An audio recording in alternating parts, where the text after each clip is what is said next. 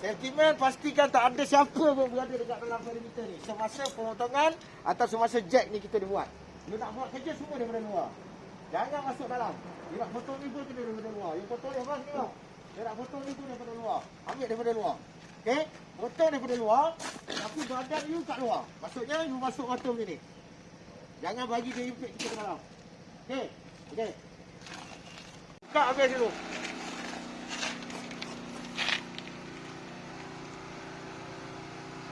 Sekejap. You nak potong kat mana? Mana? Nak potong dekat mana? Sekejap, saya tengok. Okey, pergi belah sana. Buka hos. Hidrolik. Tengok sama tinggi. Okey. Dia dah bagi tu. Dah bagi dah.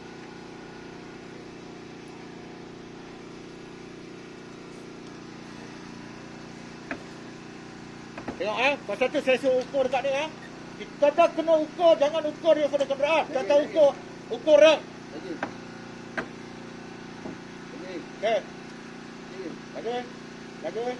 Lagi. Okey, stop. Okey, pergi belah sana sikit.